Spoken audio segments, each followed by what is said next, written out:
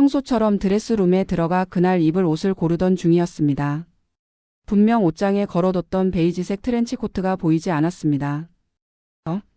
분명 여기 걸어뒀는데. 옷장을 이리저리 뒤적여봤지만 코트는 온데간데 없었습니다. 혹시 다른 옷 사이에 끼었나 싶어 한 벌 확인했지만 소용없었습니다. 이상하다는 생각이 들었지만 내가 다른 데 둔 건가? 하고 넘겼습니다. 나이가 들면서 기억력이 예전 같지 않다는 걸 인정하기 싫었지만 그럴 수도 있다고 스스로를 납득시켰습니다. 그런데 며칠 후 또 이상한 일이 벌어졌습니다. 자주 매던 가죽 크로스백이 사라진 겁니다. 그 가방은 제가 특히 아끼던 거였습니다. 이탈리아 여행 갔을 때 남편이 선물해 준 것으로 부드러운 송아지 가죽의 은은한 광택이 나는 브라운 컬러가 일품이었죠. 가방 진열대를 아무리 뒤져도 보이지 않았습니다.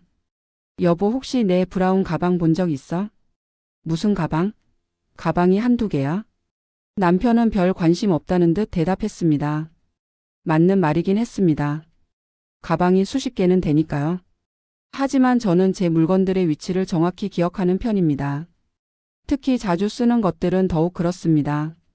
그 이후로도 이상한 일은 계속되었습니다. 실크 스카프 2장이 사라졌고 얼마 전에 산 디자이너 블라우스도 없어졌습니다. 향수병도 하나 사라졌습니다. 처음 샀을 때 거의 가득 차 있던 병이 어느새 반 이상 비어 있다가 나중엔 아예 자취를 감췄습니다. 내가 어디다 둔 거였지?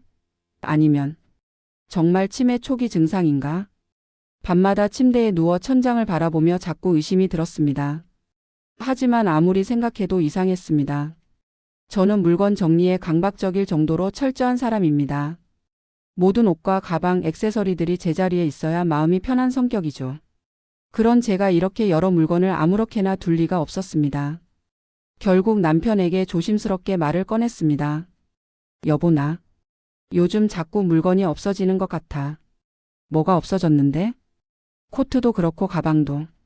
블라우스며 스카프도 몇 개씩 사라졌어. 남편은 처음엔 대수롭지 않게 여겼습니다. 그냥 어디 다른 데 뒀거나 친구한테 빌려준 거 아니야? 아니야, 분명히 여기 있었어. 그리고 난 친구들한테 옷 안 빌려줘. 특히 명품은 더더욱. 제 단호한 말투에 남편도 심각하게 받아들이기 시작했습니다. 그럼 혹시 누가? 나도 그게 의심스러워. 집에 사람이 워낙 자주 드나들잖아. 우리는 한참을 고민했습니다. 의심하고 싶지 않았지만 가능성을 따져봤습니다. 일주일에 2번 오는 청소 도우미 이모님? 하지만 그분은 5년째 우리 집에 오시는 분이고 믿을 만한 분이었습니다. 딸과 아들 친구들? 하지만 아이들이 드레스룸까지 들어올 이유가 없었습니다. 아니면 종종 놀러오는 내 친구들? 말도 안 됩니다. 아무리 생각해봐도 굳이 남의 옷을 가져갈 이유가 없는 사람들이었습니다.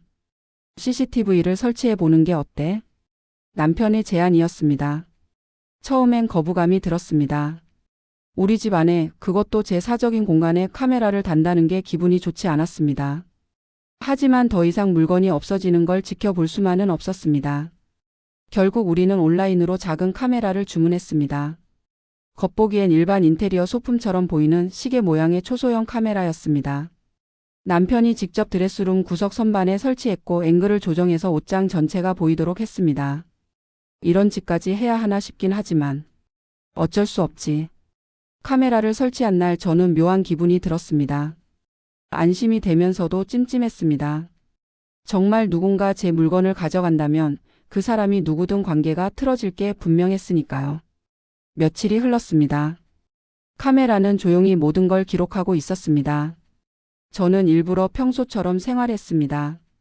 손님도 평소처럼 받았고 청소 도우미 이모님도 변함없이 오셨습니다. 그리고 일주일쯤 지났을 때 남편이 퇴근 후 저를 조용히 불렀습니다.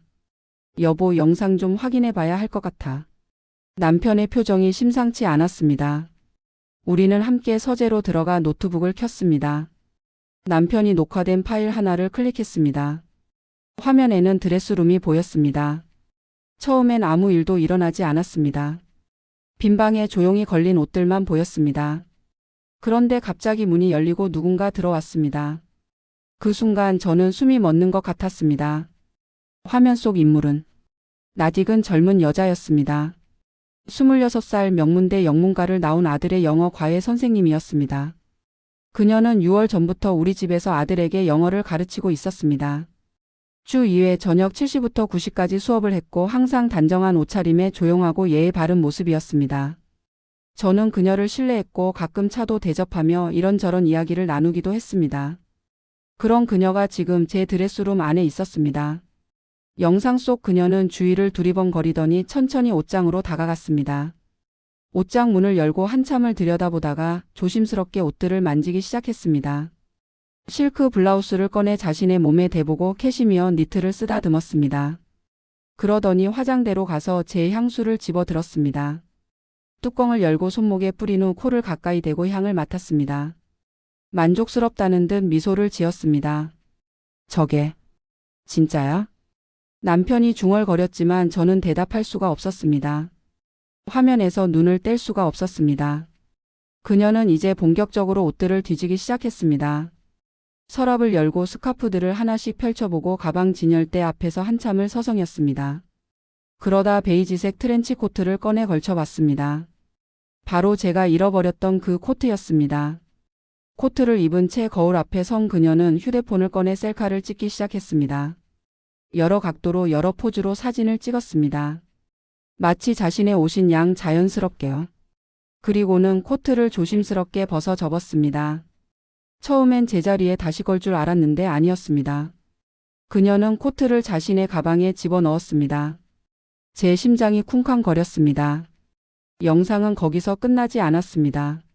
남편이 다른 날짜의 파일을 열었습니다. 또 과외 선생님이 나타났습니다. 이번엔 브라운 가죽 가방을 들고 이리저리 살펴보더니 그건 역시 자신의 가방에 넣었습니다. 다음 영상 또 다음 영상. 보통 제가 집에 없는 날 그녀는 아들 방에서 과외를 하는 도중에 드레스룸에 들어와 제 물건들을 가져갔습니다. 스카프, 블라우스, 향수, 심지어 액세서리까지. 이게 얼마나 된 거야? 남편이 파일 목록을 확인했습니다. 적어도 한 달은 넘은 것 같은데. 저는 의자에 주저앉았습니다. 믿을 수가 없었습니다.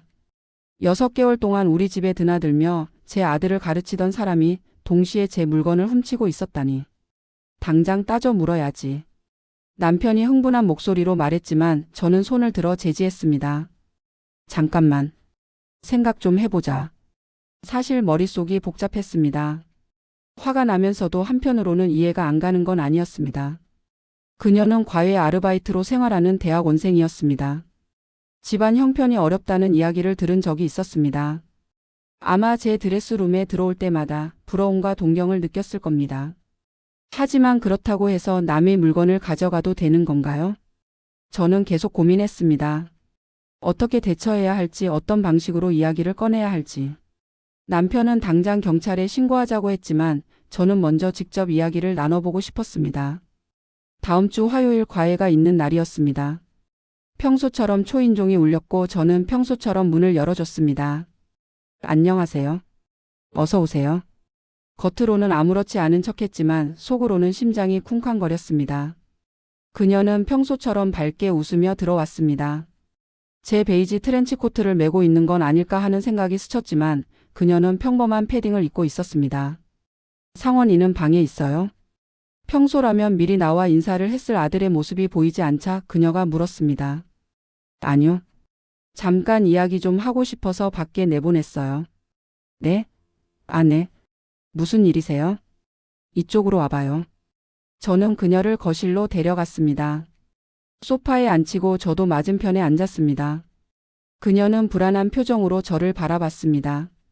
혹시 지난주 수업하러 왔다가 저희 드레스룸에 들어간 적 있어요? 그 질문에 그녀의 얼굴이 순간 굳었습니다. 네? 드레스룸에요? 아, 아니요. 전 그쪽엔 안 갔는데요. 거짓말이었습니다. 하지만 저는 바로 추궁하지 않았습니다.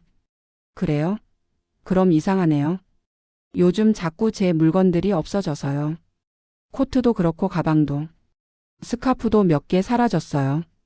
그녀는 눈을 내리깔았습니다. 손을 꼭 쥔 채 입술을 깨물고 있었습니다. 그래서 말인데. 저는 노트북을 꺼냈습니다.